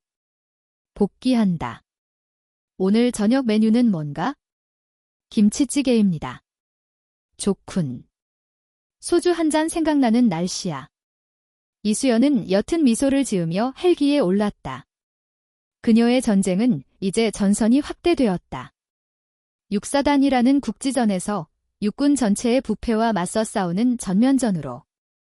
헬기가 날아오르자 발 아래로 펼쳐진 철원의 황금 들녘은 한눈에 들어왔다. 지켜야 할 땅, 지켜야 할 부하들. 그것만이 그녀가 싸우는 이유의 전부였다. 깊은 밤, 경기도 포천시 백운산 자락에 위치한 제5군단 지하 지휘통제실. 밖에는 추적추적 가을비가 내리고 있었지만 창문 하나 없는 벙커 안은 수백 대의 모니터가 뿜어내는 열기와 윙거리는 서버 쿨러 소리로 가득 차 있었다. 이수연 중장은 팔짱을 낀 채 메인 스크린을 응시하고 있었다. 화면에는 군단 예하 부대들의 경계 상황이 실시간으로 표시되고 있었지만 그녀의 신경은 다른 곳에 곤두서 있었다. 군단장님, 정보통신단장입니다. 급하게 달려온 정보통신단장 박중영이 이수연 앞에 섰다. 그의 이마에는 식은땀이 맺혀 있었다. 보고해. 이수연은 고개도 돌리지 않고 짧게 명령했다. 조금 전 2시 30분경에 군단 내부 인트라넷의 비인가 접근 시도가 포착되었습니다. 단순한 해킹이 아닙니다. 군 내부 프로토콜을 정확히 알고 있는 자들의 소행입니다. 목표는 제6사단에서 확보한 압수물 데이터베이스입니다. 경로는 우회 서버를 통해 들어왔지만 역추적 결과 접속 IP 대역이 충남 계룡대 육군 본부 인근으로 확인되었습니다. 이수연의 입가가 비틀렸다. 육군 본부.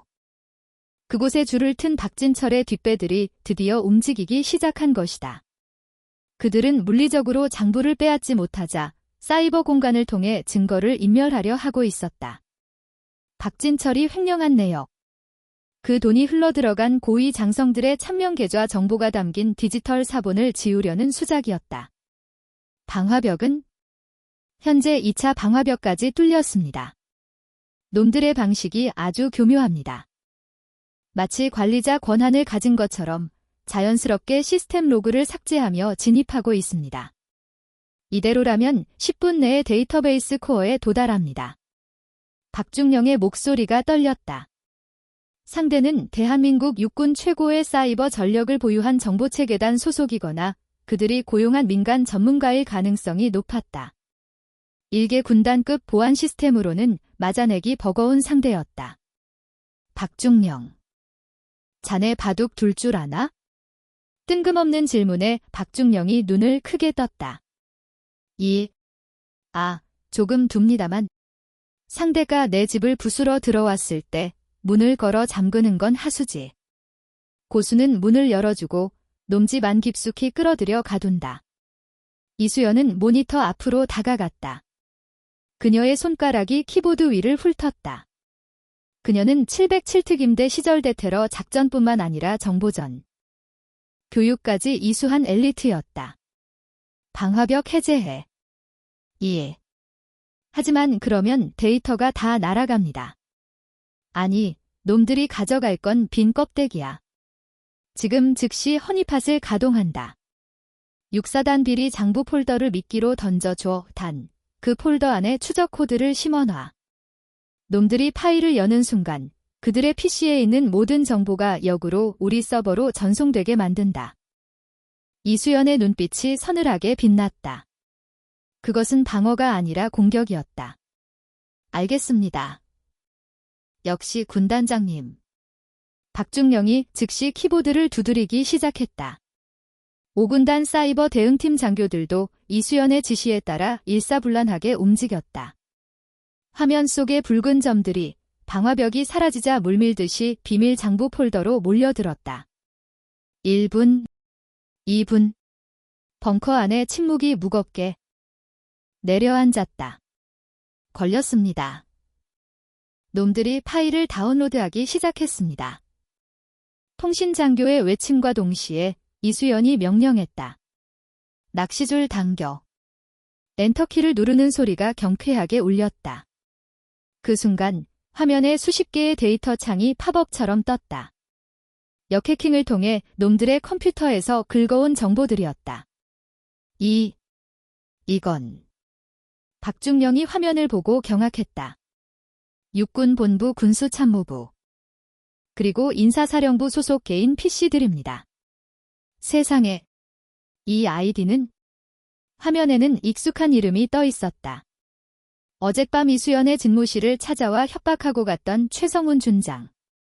그리고 그 뒤에 숨어있던 더 거대한 거물들의 실명까지. 빈틈. 이수연은 팔짱을 끼고 화면을 내려다 보았다. 증거인멸 시도가 오히려 새로운 증거가 되었군. 이 로그 기록 전부 저장해. 그리고 지금 놈들 모니터에 내 메시지를 띄워. 어떤 메시지를 보낼까요? 이수연은 잠시 생각하더니 입꼬리를 올렸다. 밤길 조심해라. 꼬리가 길면 밟히는 법이다. 5군 단장. 잠시 후 계룡대 어딘가에 있는 비밀 사무실에서는 비명과 함께 모니터가 꺼지는 소동이 벌어졌을 것이다. 이수연은 벙커의 의자에 깊숙이 몸을 기댔다. 하지만 그녀는 알고 있었다. 사이버 공격은 전초전일 뿐이다. 자신들의 정체가 드러날 위기에 처한 쥐대가리들은 이제 더 과격하고 더러운 방법을 쓸 것이다. 군단장님, 놈들이 접속을 끊고 흔적을 지우고 있습니다. 하지만 이미 저희가 확보한 자료는 안전합니다. 수고했어. 오늘 당직 근무자들 전원 포상 휴가 조치해. 그리고 보안 등급을 진돗개 1호 수준으로 격상한다. 놈들은 포기하지 않아. 이수연은 자리에서 일어났다. 그때 그녀의 개인 휴대폰이 진동했다. 발신 번호 표시 제한. 새벽에 올 전화는 뻔했다. 그녀는 통화 버튼을 누르고 아무 말 없이 귀에 가져다 댔다. 이수연 중장. 대단하군. 내 컴퓨터까지 털 줄은 몰랐어. 변조된 음성이었지만 그 거만하고 끈적한 말투는 숨길 수 없었다. 육군 내 사조직 청성회의 수장격인 인물일 것이다. 누군지 알겠군. 숨어서 전화질이나 하는 게 딱 자네들 수준이야. 말 조심해. 우린 자네가 생각하는 것보다 훨씬 높은 곳에 있어. 육사단거는 여기서 덮어. 박진철 하나 내어준 걸로 만족하라고. 더 파고들면 자네만 다치는 게 아니야. 자네 부하들, 그리고 자네가 아끼는 5군단 전체가 박살 날 수 있어. 협박인가? 충고야. 내일 오후 2시까지 원본 장부를 들고 서울 용산 국방 컨벤션 센터로 와라. 거기서 조용히 거래를 하자고. 안 그러면 내일 아침 뉴스에 재미있는 기사가 실릴 거야. 여군 군단장, 부하장교와 부적절한 관계. 뭐라던가. 치졸했다. 그들은 건드릴 수 없는 이수연의 청렴함 대신 확인되지 않은 루머를 퍼뜨려 그녀를 사회적으로 매장하려 하고 있었다. 전형적인 공작 정치였다. 재밌겠군. 이수연의 목소리는 전혀 흔들리지 않았다. 하지만 장소는 내가 정한다. 뭐? 거래를 하고 싶으면 내 구역으로 와. 경기도 포천 산정호수 인근 폐채석장. 내일 오후 4시. 혼자 와라. 쫄리면 경호원 몇 명 데려오든지. 하. 지금 누구한테 오라가라. 싫으면 관둬. 난 내일 아침 9시 뉴스에 이 장부를 들고 나갈 생각이니까. 상대방은 잠시 침묵하더니 이를 갈른 소리를 냈다. 좋아. 4시 폐채석장. 허튼 수작 부리면 그 자리가 내 무덤이 될 거다. 전화가 끊겼다. 이수연은 휴대폰을 주머니에 넣으며 벙커를 나섰다. 밖에는 여전히 비가 내리고 있었지만 빗줄기는 더욱 굵어져 있었다. 강대령, 그림자처럼 대기하고 있던 강민호 대령이 다가왔다. 예. 군단장님, 미끼를 물었습니다. 놈들이 직접 움직일 거야? 위험합니다. 단독으로 만나시는 건 무모합니다. 헌병특임대를 매복시키겠습니다. 아니, 놈들은 올 때 주변 정찰부터 할 거야. 병력이 매복해 있으면 나타나지 않아. 나 혼자 간다. 군단장님, 걱정 마. 내가 누구지? 이수연은 빗물에 젖은 베레모를 고쳐 썼다. 대한민국 육군 중장 이전에 707이었다. 내 몸 하나 건사 못할 것 같나?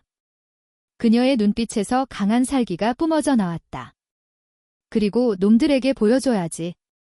책상에 앉아 펜대만 굴리던 놈들이 진짜 야수의 아가리에 발을 들이미는 게 어떤 공포인지. 다음 날 오후 4시. 포천 산정호수 인근의 폐채석장은 스산하기 그지 없었다. 과거 화강암을 캐내던 거대한 절벽들이 병풍처럼 둘러싸여 있었고 바닥에는 잡초가 무성하게 자라 있었다. 인적이 끊긴 지 오래된 이곳은 세상과 단절된 요새이자 은밀한 처형장처럼 보였다. 이수연은 군용 레토나 차량 본이대 걸터 앉아 있었다. 그녀는 군복 상의를 벗어두고 검은색 컴뱃 셔츠와 전술바지 차림이었다. 허리춤에는 권총집이 있었지만 비어 있었다.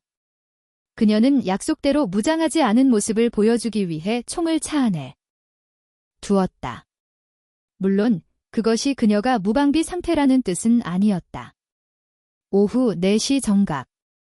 자갈 밟는 소리와 함께 검은색 대형 SUV 2대가 채석장 입구로 들어왔다. 번호판이 없는 차량들이었다. 차들이 이수연의 20m 전방에 멈춰섰다. 문이 열리고 건장한 사내들이 내렸다. 짧게 깎은 머리에 검은 양복을 입은 그들은 한눈에 봐도 군인이거나 특수부대 출신의 용병들이었다. 대략 8명, 그들은 차에서 내리자마자 이수연을 포위하듯 넓게 퍼졌다. 그리고 뒷좌석에서 중년의 남자가 내렸다. 어젯밤 통화했던 그 목소리의 주인, 최성훈 준장이었다. 하지만 그는 혼자가 아니었다. 그 옆에는 더 높은 계급, 소장 계급장을 단 낯선 인물이 있었다. 육군 군수참모장 황인호 소장이었다. 그 역시 청성회의 핵심 간부였다. 장소 하나는 기가 막히게 골랐군. 죽어서 묻히기 딱 좋은 곳이야. 황 소장이 비릿한 웃음을 흘리며 다가왔다. 이수연은 팔짱을 낀 채 그들을 무심히 바라보았다. 높으신 분들이 직접 왕림하셨군. 족별들이 때로 몰려다니는 꼴이라니 장관이네. 이 계집년이 끝까지. 최성훈이 발끈하며 나서려 했지만 황 소장이 손을 들어 제지했다. 진정해. 물건부터 확인해야지. 황 소장은 탐욕스러운 눈으로 이수연을 훑었다. 장부는 어디 있나? 설마 빈손으로 온 건 아니겠지? 이수연은 턱으로 자신의 차 조수석을 가리켰다. 그곳에는 은색 알루미늄 가방이 놓여 있었다. 저 안에 원본과 디지털 사본, 그리고 어젯밤 너희들이 해킹 시도한 로그 기록까지 다 들어있다. 황 소장의 눈이 번들거렸다. 그는 부하들에게 손짓했다. 가져와. 검은 양복을 입은 사내 2명이 이수연의 차로 다가갔다. 이수연은 막지 않았다. 그들이 가방을 집어들고 황 소장에게 가져갔다. 황 소장은 가방을 열어 내용을 확인했다. 두툼한 장부와 USB. 그가 찾던 것이 맞았다. 그래, 나올 것이지. 이수연 장군, 자네는 똑똑한 사람이니까 알 거야. 계란으로 바위를 칠 수 없다는 걸 황 소장은 가방을 챙기며 사내들에게 눈짓했다. 자, 거래는 끝났으니 이제 정리를 좀 해야겠지? 그것은 처형 명령이었다. 그들은 애초에 이수연을 살려보낼 생각이 없었다. 장부만 회수하면 그녀를 사고사로 위장해 처리할 계획이었다. 폐채석장의 낙석 사고나 차량 전복 사고로 꾸미면 그만이었다. 건장한 사내 8명이 이수연을 향해 거리를 좁혀왔다. 그들의 손에는 3단봉과 나이프가 들려 있었다. 총은 소리가 커서 쓰지 않는 듯 했다. 거래. 이수연이 피식 웃었다. 착각하지 마. 난 너희랑 거래하러 온 게 아니야? 뭐? 너희를 여기로 불러낸 건 쥐새끼들을 한 곳에 모아놓고 일망타진하기 위해서지. 미친년이. 야, 처리해. 반병신으로 만들어도 좋다. 황 소장의 고함과 함께 가장 가까이 있던 사내가 이수연에게 달려들었다. 그는 특수부대 출신답게 날카로운 칼놀림으로 이수연의 복부를 찔러 들어왔다. 휘기. 하지만 이수연의 몸은 이미 그 자리에 없었다. 그녀는 간결한 스텝으로 칼날을 피함과 동시에 사내의 손목을 낚아채 비틀었다. 우두둑. 아. 뼈가 부러지는 소름 끼치는 소리와 함께 사내의 단검이 바닥에 떨어졌다. 이수연은 비명을 지를 틈도 주지 않고 그의 턱을 손바닥으로 올려쳤다. 사내는 인형처럼 허공에 뜨다가 바닥에 처박혀 기절했다. 눈 깜짝할 사이에 벌어진 일이었다. 나머지 7명의 사내들이 멈칫했다. 정보와 달랐다. 40대 중반의 여군 장성, 지휘관으로만 알았던 그녀의 몸놀림은 현역 특수요원 그 자체였다. 덤벼, 한꺼번에. 이수연이 손가락을 까딱였다. 자존심이 상한 사내들이 고함을 지르며 일제히 달려들었다. 난전이 시작되었다. 하지만 그것은 싸움이라기보다 일방적인 제압에 가까웠다. 이수연은 불필요한 동작을 전혀 하지 않았다. 크라브마가와 특공무술이 결합된 그녀의 기술은 치명적이고 효율적이었다. 사내 하나가 3단봉을 휘두르자 그녀는 몸을 낮춰 품으로 파고들며 팔꿈치로 명치를 가격했다. 소리와 함께 사내가 쓰러지자 뒤에서 덮치려던 다른 놈의 정강이를 군화발로 걷어차 부러뜨렸다. 그녀의 움직임은 물 흐르듯 유연하면서도 바위처럼 단단했다. 707특임대 시절 여왕이라 불리던 전설적인 교관의 실력이 유감없이 발휘되고 있었다. 단 3분 만에 8명의 전문 요원들이 바닥에 나뒹굴며 신음하고 있었다. 중에는 팔다리가 꺾인 자도 있었고 아예 정신을 잃은 자도 있었다. 이수연은 21번 크게 몰아쉬고 옷매무새를 정리했다. 땀 한 방울 흘리지 않은 듯한 태연함이었다. 그녀는 천천히 황 소장과 최 준장에게 걸어갔다.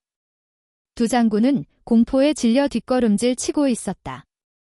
그들이 믿었던 무력이 순식간에 무력화되자 그들의 오만함은 눈 녹듯 사라지고 비굴함만이 남았다. 오지 마. 내가 누군 줄 알아? 난 소장이야. 상관 모독이다. 황 소장이 가방을 껴안은 채 소리쳤다. 상관. 이수연이 황 소장의 멱살을 잡아 거칠게 차분히 뒤로 내던졌다. 황. 내 부하들을 건드리고 국가의 녹을 도둑질한 놈들은 상관이 아니라 적이다. 전시 상황에서 적과 내통하거나 이적 행위를 한 자는 즉결 처분할 수 있다. 이수연은 황 소장의 손에서 알루미늄 가방을 뺏어 들었다. 그리고 다른 한 손으로 그의 뺨을 후려 갈겼다. 짝! 고개가 돌아갈 정도로 강력한 일격이었다. 이건 육사단 병사들이 먹지 못한 밥값이다. 짝! 다시 한번 반대쪽 뺨을 때렸다. 이건 추위에 떨었던 병사들의 난방비다. 황 소장은 입술이 터져 피를 흘리며 바닥에 주저앉았다. 옆에 있던 최 준장은 다리가 풀려 도망칠 생각조차 하지 못하고 있었다. 그때 채석장 입구에서 사이렌 소리가 요란하게 울려 퍼졌다. 5군단 헌병 특임대와 국방부 검찰단 차량들이 들이닥쳤다. 이수연은 강대령과 미리 약속을 해두었던 것이다. 그녀가 놈들을 제압하고 나면 국방부 검찰단을 현장으로 불러들여 현행범으로 체포하게끔 판을 짠 것이었다. 꼼짝 마. 국방부 검찰단이다. 수사관들이 들이닥쳐 쓰러진 용병들과 두 장군에게 수갑을 채웠다.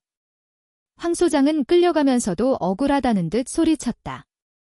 이건 함정이야. 이수연이 우릴 함정에 빠뜨린 거야. 이수연은 그 모습을 지켜보며 강대령에게 다가갔다. 함정이 아니라 사냥이지. 멧돼지를 잡으려면 덫을 놓아야 하는 법이니까. 강대령이 경외심 어린 눈빛으로 그녀를 바라보았다. 다치신 데는 없으십니까? 손이 좀 맵군. 놈들 뼈가 생각보다 단단했어. 이수연은 손목을 가볍게 돌렸다. 이걸로 꼬리는 잡았고 이제 몸통을 칠 차례다. 황 소장의 입에서 청성회 명단 전체를 불게 만들어야 해 검찰단에서 잘 처리할 겁니다. 이번 현장은 빼도 박도 못하는 증거가 너무 많으니까요. 민간인 청부폭력배, 살인 미수까지 그들은 끝났습니다. 상황이 정리되고 폐채석장에는 다시 고요가 찾아왔다. 이수연은 하늘을 올려다 보았다. 구름 사이로 붉은 노을이 지고 있었다. 그녀는 알루미늄 가방을 강대령에게 건넸다. 이건 이제 필요 없어. 이게 없으면 증거. 진짜 원본은 이미 방송국에 가 있어. 오늘 9시 뉴스 기대해도 좋아. 이수연이 윙크했다. 가방 안에 든 것은 사실 훈련용 페이지와 더미 파일들이었다. 그녀는 가짜 미끼로 놈들을 낚아 올리고 동시에 진짜 폭탄은 언론을 통해 터트리는 양동 작전을 쓴 것이었다. 그날 밤 대한민국 뉴스는 발칵 뒤집혔다. 현역 군단장이 직접 밝힌 군내 사조직의 비리 실태와 고위 장성들의 횡령 내역은 국민들을 분노하게 만들었다. 여론의 불길은 걷잡을 수 없이 타올랐고 청와대와 국방부는 전면적인 재수사를 지시할 수밖에 없었다. 이수연 중장. 그녀의 이름은 이제 군내 부조리와 싸우는 정의의 아이콘이 되었다. 하지만 그녀는 뉴스 인터뷰를 거절하고 조용히 부대로 복귀했다. 지휘관이 있어야 할 곳은 화려한 조명 아래가 아니라 어둡고 추운 전선이었으니까. 차가운 산바람을 맞으며 이수연은 생각했다. 아직 싸움은 끝나지 않았다고. 하지만 적어도 오늘 그녀는 군인의 명예를 지켰다. 그것으로 충분했다. 승진. 그녀는 허공을 향해 작게 경례를 붙였다. 밤하늘의 별들이 그녀의 계급장처럼 빛나고 있었다. 그날 밤 대한민국은 잠들지 못했다. 9시 뉴스 앵커의 떨리는 목소리로 보도된 5군 단장의 양심 선언은 단순한 군내 비리 폭로가 아니었다. 그것은 지난 수십 년간 대한민국 육군 순혈부를 장악해온 거대한 카르텔 청성회의 심장을 정조준한 미사일이었다. 뉴스가 나가는 동안 대전 계룡대 육군본부와 서울 용산 국방부 청사의 불은 꺼질 줄 몰랐다. 전화벨 소리가 빗발쳤고 파쇄기는 쉴 새 없이 돌아갔다. 하지만 이미 늦었다. 이수연 중장이 언론에 넘긴 자료는 너무나도 구체적이고 방대했다. 혐의를 부인하기에는 박진철 소장에게 잡힌 메모와 통화 녹취록이 너무나 명백했다. 다음 날 아침 5군단 사령부. 이수연은 집무실 창가에 서서 아침 해가 떠오르는 것을 바라보고 있었다. 밤새 한숨도 자지 못했지만 그녀의 눈은 맑게 깨어 있었다. 군단장님. 강민호 대령이 들어왔다. 그의 표정은 밝으면서도 한편으로는 걱정스러워 보였다. 국방부 장관님께서 특별회문을 발표하셨습니다. 성역 없는 수사를 지시하셨고 군검찰단과 민간검찰이 합동수사본부를 꾸리기로 했습니다. 여론이 들끓고 있어서 꼬리 자르기는 불가능할 겁니다. 예상대로군. 하지만 육군 참모총장님께서 군단장님을 호출하셨습니다. 10시까지 계룡대 총장실로 출석하라는 명령입니다. 강대령의 목소리가 무거워졌다. 참모총장 민성훈 대장. 그는 청성회의 직접적인 멤버는 아니었지만 그들의 지지를 받아 그 자리에 오른 인물이었다. 이번 사태로 육군의 위상이 땅에 떨어졌다고 생각하는 그가 이수연을 가만둘 리 없었다. 가야지. 피한다고 해결될 일이 아니야. 이수연은 정복으로 갈아입었다. 가슴에 달린 약장들이 그녀가 걸어온 험난한 군 생활을 증명하고 있었다. 베레모를 쓰고 거울 앞에 선 그녀는 자신의 눈을 똑바로 응시했다. 강대령, 자네는 여기 남아서 부대를 지켜. 혹시라도 내가 돌아오지 못하면? 그런 말씀 마십시오. 군단장님이 돌아오지 않으시면 저희 5군단 전 장병이 계룡대로 진격할 겁니다. 강대령의 결기 어린 농담에 이수연은 피식 웃음을 터뜨렸다. 농담이라도 고맙군. 다녀오마. 헬기는 포천을 떠나 남쪽으로 향했다. 발 아래로 보이는 산하가 굽이쳤다. 1시간 후 계룡대 헬기장에 착륙한 이수연은 곧장 본청으로 안내되었다. 복도를 지나는 장교들이 그녀를 힐끔거렸다. 경외심과 두려움, 그리고 시기심이 뒤섞인 시선들이었다. 총장실 문이 열렸다. 넓은 집무실 끝, 거대한 태극기 앞에 민성훈 대장이 앉아 있었다. 그는 서류를 보던 눈길을 거두지 않은 채 이수연을 세워두었다. 무언의 압박이었다.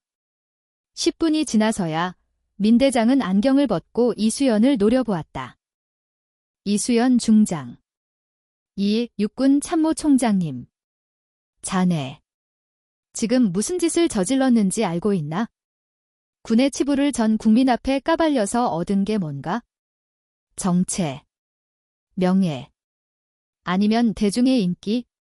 민 대장의 목소리는 낮았지만 분노로 떨리고 있었다. 썩은 살을 도려냈을 뿐입니다. 썩은 살.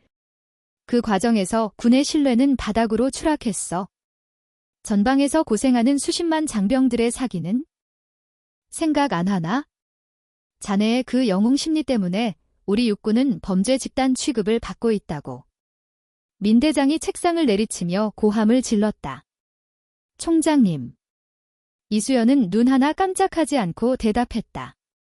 군의 신뢰를 떨어뜨린 건 비리를 폭로한 제가 아닙니다. 부하들의 고혈을 빨아 자신의 뱃속을 채운 그들이 군을 범죄 집단으로 만든 겁니다. 뭐라고? 병사들이 추위에 떨 때 난방비를 횡령하고 훈련 중에 부하가 다쳐도 진급만 걱정하는 지휘관들. 그들을 감싸는 것이야말로 군의 사기를 꺾는 이적 행위입니다. 저는 군단장으로서 제 부하들이 부끄럽지 않은 군복을 입게 하고 싶었을 뿐입니다. 민 대장의 얼굴이 불그락푸르락해졌다. 그는 말문이 막힌 듯 입술을 깨물었다. 이수연의 말은 하나도 틀린 게 없었다. 하지만 인정하고 싶지 않았다. 그것을 인정하는 순간 자신이 지켜온 질서가 무너지기 때문이었다. 건방지군. 특전사 출신이라 위아래가 없는 건가? 자네는 군사기밀누설죄와 명령불복종 혐의를 벗을 수 없을 거야. 내가 옷을 벗는 한이 있어도 자네를 군법회의에 세우겠다. 그것은 최후의 통첩이었다. 총장의 권한으로 징계 절차를 밟겠다는 협박이었다. 하지만 이수연은 오히려 차분하게 품에서 봉투 하나를 꺼냈다. 총장님, 이 봉투 안에 무엇이 들어있는지 궁금하지 않으십니까? 그게 뭔가? 또 무슨 협박 자료인가? 아닙니다. 이건 박진철 소장이 작성한 진급 로비 리스트의 원본입니다. 이수연은 봉투를 민 대장의 책상 위에 올려놓았다. 언론에 공개한 사본에는 일부러 이 부분을 뺐습니다. 민 대장의 손이 멈칫했다. 그는 떨리는 손으로 봉투를 열었다. 리스트의 가장 상단, 붉은색 펜으로 동그라미 쳐진 이름이 있었다. 민성훈. 민 대장의 동공이 지진이 난 듯 흔들렸다. 박진철이 총장에게 직접 돈을 건넨 적은 없었다. 하지만 박진철의 아버지가 민 대장의 생도 시절 후원자였다는 사실. 그리고 민 대장의 아들 유학 자금 일부가 박진철의 참명 계좌에서 흘러나갔다는 정황이 적혀 있었다. 이건 총장님은 직접적으로 비리에 가담하지 않으셨을 수도 있습니다. 하지만 알면서도 묵인하셨고 그 혜택을 간접적으로 누리받으셨습니다. 그것이 청성회가 지금까지 살아남을 수 있었던 이유입니다. 이수연은 한 걸음 다가갔다. 이 리스트가 공개되면 총장님은 불명예 전역을 하셔야 할 겁니다. 하지만 저는 원치 않습니다. 군의 수장이 비리 연루자로 낙인 찍히면 그때야말로 우리 군은 회복불능의 상태가 될 테니까요. 민 대장은 힘없이 의자에 주저앉았다. 그는 자신이 패배했음을, 아니 이미 오래전부터 패배해 있었음을 깨달았다. 원하는 게 뭔가? 나보고 물러나라는 건가? 아닙니다. 이수연은 단호하게 고개를 저었다. 남은 임기 동안 그 누구보다 철저하게 이번 수사를 지휘해 주십시오. 제 꼬리 감싸기가 아니라 뼈를 깎는 심정으로 비리 관련자들을 전원 처벌해 주십시오. 그리고 육사단을 비롯한 전방부대의 열악한 처우를 개선해 주십시오. 그녀는 책상 위에 리스트를 다시 집어들었다. 그렇게만 해주신다면 이 리스트는 영원히 제 머릿속에만 존재할 겁니다. 이것이 제가 총장님께 드리는 마지막 충성입니다. 민 대장은 고개를 들어 이수연을 바라보았다. 그녀의 눈빛에는 사심이 없었다. 오직 군과 부하들을 위한 진심만이 담겨 있었다. 부끄러움이 밀려왔다. 별 4개를 단 자신이 별 3개짜리 후배에게 군인의 길을 배우고 있었다. 긴 침묵 끝에 민 대장이 입을 열었다. 목소리는 훨씬 차분해져 있었다. 자네가 나보다 낫군. 그는 안경을 다시 썼다. 알겠네. 약속하지. 내 군 생활의 마지막 명예를 걸고 이번 사태를 완벽하게 정리하겠네. 그리고 자네에 대한 징계 논의는 없을 거야? 감사합니다. 승진. 이수연이 절도 있게 경례했다. 민 대장도 자리에서 일어나 정중하게 답례했다. 충성. 이수연이 집무실을 나갔다. 문이 닫히고 민 대장은 창밖을 바라보았다. 계룡대의 하늘이 유난히 파랗게 보였다. 그는 인터폰을 눌렀다. 비서실장, 감찰참모와 법무실장 들어오라고 해, 지금 당장. 폭풍은 지나갔다. 이제는 무너진 성벽을 다시 쌓을 시간이었다. 계절이 바뀌었다. 살을 애는 듯한 철원의 칼바람이 잦아들고 한탄강 얼음장 밑으로 본물이 흐르기 시작했다. 육사단은 완전히 달라져 있었다. 박진철 소장과 그 추종자들이 사라진 자리에 유능하고 청렴한 지휘관들이 배치되었다. 보여주기식 훈련은 사라졌고 대신 실전적이고 강도 높은 훈련이 자리 잡았다. 처음에는 힘들어하던 병사들도 자신들의 땀방울이 조국의 안보와 직결된다는 자부심을 느끼며 달라진 분위기에 적응해갔다.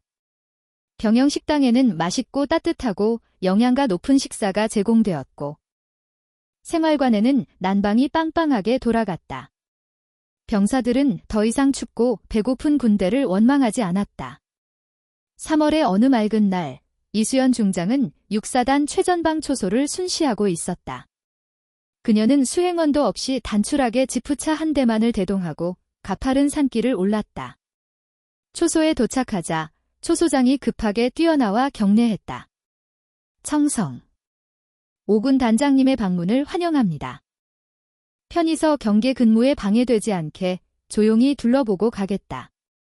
이수연은 초소 내부를 꼼꼼히 살폈다. 총기 손질 상태, 탄약 관리, 그리고 병사들의 표정까지. 모든 것이 완벽했다. 그녀는 만족스러운 미소를 지으며 전망대로 향했다. 전망대에는 북쪽을 향해 경계를 서고 있는 2명의 병사가 있었다. 그중 한 병사의 뒷모습이 낯이 익었다. 김상병. 이수연이 부르자 병사가 깜짝 놀라 뒤를 돌아보았다. 충성. 상병 김민호.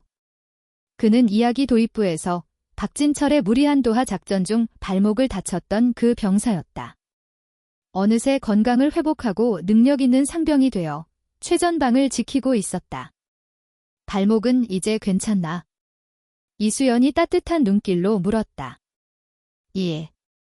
군단장님 덕분에 국군수도병원에서 완벽하게 치료받고 복구했습니다. 뛰는데 전혀 지장 없습니다. 김상병의 목소리에는 힘이 넘쳤다. 그는 이수연을 바라보는 눈빛의 존경심을 가득 담고 있었다. 그날 진흙탕 속에서 자신을 일으켜 세워주던 군단장의 손길을 그는 평생 잊지 못할 것이다.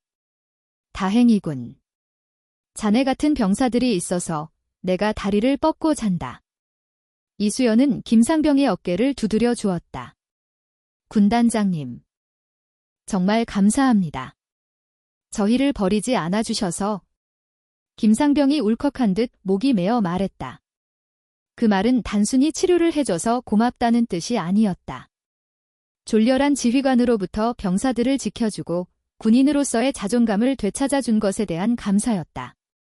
이수연은 희미하게 웃었다. 군단장이 부하를 지키는 건 고마운 일이 아니라 당연한 일이다. 나는 내 할 일을 했을 뿐이야. 그녀는 전망대 난간에 기대어 북쪽을 바라보았다. 비무장지대의 수풀이 봄바람에 일렁이었다.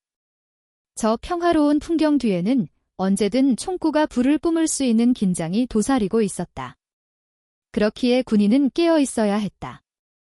깨끗하고 강인한 정신으로.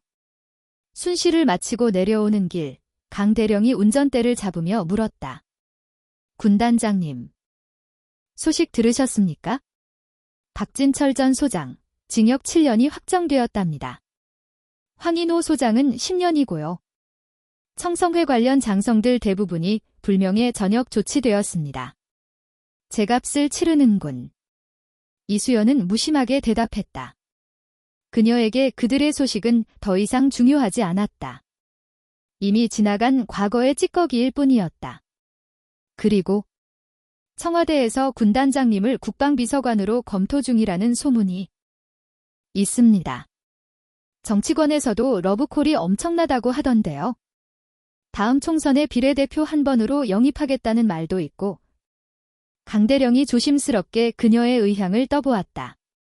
이수연은 이번 사태로 국민 영웅이 되었다. 그녀가 군복을 벗고 정치에 뛰어든다면 당선은 따놓은 당상이었다. 편안하고 화려한 길이 그녀 앞에 펼쳐져 있었다. 이수연은 차창을 내렸다. 상쾌한 봄바람이 차 안으로 들어왔다. 강대령. 이 군단장님.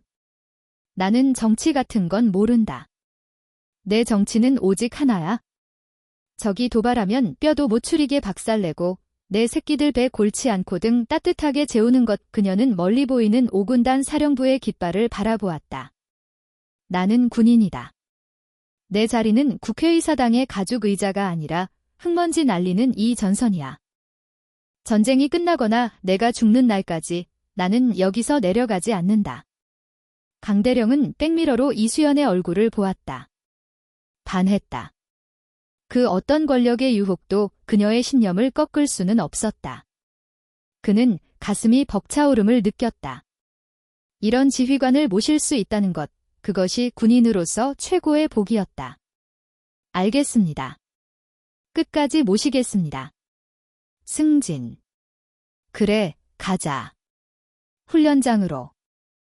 오늘 전차 사격 훈련 있는 날이지. 애들 실력 좀 봐야겠어. 지프차는 속도를 높여 흘길을 달렸다. 흙먼지가 피어올랐지만 그 먼지마저도 눈부시게 느껴졌다. 이수연은 눈을 감고 생각했다. 별은 하늘에 떠 있을 때 빛나는 것이 아니다. 가장 어두운 곳, 가장 낮은 곳을 비출 때 비로소 별은 그 가치를 증명한다. 그녀의 어깨 위에서 계급장이 햇살을 받아 반짝였다. 그것은 권력의 상징이 아니라 그녀가 짊어진 책임의 무게였다. 그리고 그녀는 기꺼이 그 무게를 견디며 전선을 지키는 파수꾼으로 남을 것이다. 진짜 군인의 이야기는 지금부터가 시작이다. 승진.